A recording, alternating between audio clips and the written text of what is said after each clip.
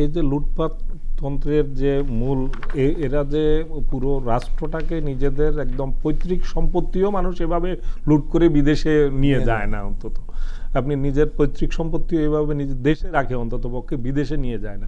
আপনি যেটা দেখছেন একের পর এক আসছে কি উপহারের কথা আসছে, এগুলো তো একদম হাস্যকর। এটি হলো যাদেরকে নানানভাবে এখান থেকে টাকা পাচারের জন্য অনেক ধরনের ওয়ে অবলম্বন করা হয়, অনেকগুলো পথ অনেক পদ্ধতি অবলম্বন করা হয়। সেই পদ্ধতিরই একটা অংশ কাউকে পেমেন্ট করেছে, সে গিফট দেখিয়েছে, পেমেন্টটা এখান থেকে গিয়েছে, ওখানে গিফট দেখিয়েছে যে একটা ফ্ল্যাট হিসেবে বা অন্যভাবে। কিন্তু আমরা যেটা দেখছি, আমি আগেও যেটা বলছি এখনো বলতে চাই, যে যেটা আমরা জানতে পারছি এটা খুবই ক্ষুদ্র অংশ, এবং তাদের অ্যাসেটের পরিমাণ বিশ্বব্যাপী, শুধু ইউকেতে না, আপনি দুবাই, ইউকে, ইভেন আফ্রিকার বিভিন্ন দেশে যে মানে অপশান, যে পালিয়ে গেলে কোন কোন দেশে সবচাইতে প্রশ্নহীনভাবে বসবাস করা যাবে, কোন কোন দেশে নিরাপত্তা বোধ করা যাবে, এরকম আপনি অনেকগুলো দেশের নাম এসছে যে যেখান থেকে ইন্ডিয়া থেকে শেখ হাসিনা যাওয়ার জন্য চেষ্টা করছিলেন, কিন্তু সেটা শেষ পর্যন্ত সফল হয় নাই বলে হবে না তা না। ওই সব দেশেও কিন্তু লক্ষ কোটি টাকার তাদের অ্যাসেট গড়ে উঠেছে, গড়ে রেখেছেন। আপনি সালমান এফ রহমানের ছেলের কথা বলেছেন, এগুলো তো দৃশ্যমান। বাংলাদেশে এই দরবেশের নাম বাংলাদেশে কিন্তু গত 2 দশক ধরেই কিন্তু আলোচিত হচ্ছে, শেয়ার বাজার লুটপাট থেকে শুরু করে হ্যাঁ ব্যাংক লুট, বিশেষ করে ব্যাংকগুলোকে তো একদম ফতুর করে ফেলেছে। একটা ব্যাংক থেকে 5,000 10,000 কোটি টাকা নিয়ে গেছে, কোনো রিটার্ন করে না, একটা পয়সা রিটার্ন করার প্রয়োজন মনে করে। তারপরও দাবিয়ে বেরিয়েছেন প্রধানমন্ত্রীর কি একটা শিল্প ও বাণিজ্য বিষয়ক উপদেষ্টা নাকি একটা উপদেষ্টা পদ নিয়ে বিশ্বব্যাপী, এবং তার এই যে ক্রাইসিসের সময়টাতে আমরা দেখেছি সালমান রহমান দাপট দেখানোর চেষ্টা করেছেন, তার প্রধানমন্ত্রীর হয়ে মানে আমরা দেখেছি যে আন্তর্জাতিক শক্তিগুলোর সাথে নানান ধরনের বার্গেনিং, আলাপ আলোচনা করা, সরকারকে টিকিয়ে রাখার জন্য এই কাজগুলো করেছে। কেন করেছে?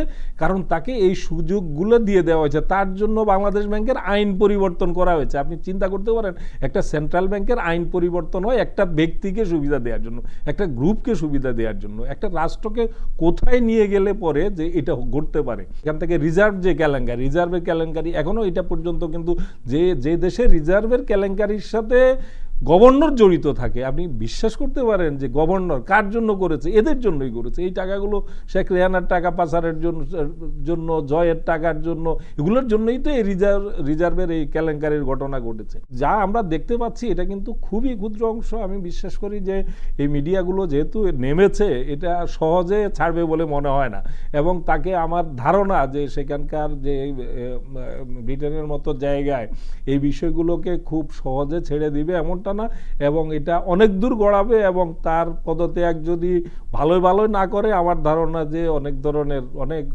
বড় ধরনের ধাক্কার সম্মুখীন হতে পারে। এবং এটার সূত্র ধরে আমি ধারণা করি যে জয়েরও যে আমেরিকাতে যে বিষয়গুলো আছে, এটা আমরা আগে থেকে শুনে আসছিলাম, এগুলো FBI এর কাছে অনেক কিছুই আছে, তারা হয়তো এতদিন প্রকাশ করে নাই। এখন সেখানে যদি কেউ মানে আগ্রহ নিয়ে তদন্ত শুরু করে, আমার মনে হয় সেখানেও লক্ষ কোটি টাকার সেখানে এইসব অ্যাসেট লুটপাটের যে সম্পদ, সেই সম্পদের সন্ধান পাওয়া যাবে। তাপসের বিরুদ্ধে কিন্তু দুদক খোঁজ খবর নিয়ে দেখেছে, সেখানেও কোটি কোটি টাকার। না, সেটাই আমি বলছিলাম, শেখ পরিবারের শুধু আমরা তো জানি যে প্রায় তাদের শেখ পরিবার, বৃহত্তর শেখ পরিবার যদি আমরা ধরি, এদের সংখ্যা 30-এর উপরে মোটামুটি এই লুটপাটের অংশীদার। এবং হ্যাঁ, মানে এমপি এবং বিভিন্ন post position, formal informal post position hold করেছেন, এদের সংখ্যা 30-এর উপরে, প্রায় 40-এর কাছাকাছি। এদের সবাই কিন্তু অবাধ লুটপাটের একটা তাদেরকে লাইসেন্স দিয়ে দেওয়া হয়েছিল। যারা যেখানে কেউ খুলনায় ভাগ করে নিয়েছেন, কেউ বাগেরহাটের জমিদার হয়ে উঠেছিলেন, কেউ বরিশালের হয়ে উঠেছিলেন, কেউ ফরিদপুর, এদিকে নিক্সন চৌধুরীর কথা, তার ছেলেদের কথা আমরা এগুলো জানি। তো এইভাবে পুরো রাষ্ট্রটাকে তারা ভাগ করে নিয়েছিল যে কে কোন অংশে লুটপাট করবে, এবং এগুলো অবারিত করে দেওয়া হয়েছিল। ক্ষমতার শীর্ষ পদ থেকে এই লুটপাটটাকে একেবারে অবারিত করে দেওয়া হয়েছিল। কেউ প্রশ্ন করার কোনো সাহস নাই। তারা শুধু কি করতো, একটা প্রজেক্ট নিজেরাই একটা প্রজেক্ট তৈরি করতো। আপনি পদ্মা সেতুর কথা আপনি জানেন যে পদ্মা সেতুতে শুধুমাত্র নদী শাসন, বায়বীয় এটা নদী শাসন, মানে এই নদী শাসনের এটা দিয়ে কিছুদিন পরপরই 5,000 কোটি টাকা নদী শাসন বাবদ 5,000 কোটি টাকা ব্যয় বৃদ্ধি পেয়েছে, এটা অনুমোদন করে দেওয়া হতো আর টাকাটা চলে যেত নিজস্ব। 10,000 কোটি টাকা অনুমোদন করে দেওয়া হয়েছে। যে পদ্মা সেতু রেল সেতু শহর পদ্মা সেতু হওয়ার কথা ছিল 10 থেকে 11,000 কোটি টাকার মধ্যে, সেটা পরবর্তীতে 2 ভাগ করে একটাতে 30,000 আর একটাতে 40,000-এর বেশি 70,000 কোটি টাকায় নিয়ে যাওয়া হয়েছে, যেটা 10,000 কোটি টাকার প্রজেক্ট। হ্যাঁ, টোটাল প্রজেক্ট যেখানে ছিল 10 থেকে 11,000 কোটি টাকা, যেটা বিশ্ব ব্যাংকের সাথে আমরা করতে চেয়েছিলাম প্রথম দিকে। তারপরে আপনি মেট্রো রেলের কথা বলেন, মেট্রো রেল দফায় দফায় বেড়েছে। প্রথমে এটা ছিল 9,000 কোটি টাকার প্রজেক্ট, সেখান থেকে সেটা 20-21,000 কোটি টাকা, যে টাকা খরচ হয়েছে 13টা মেট্রো রেল।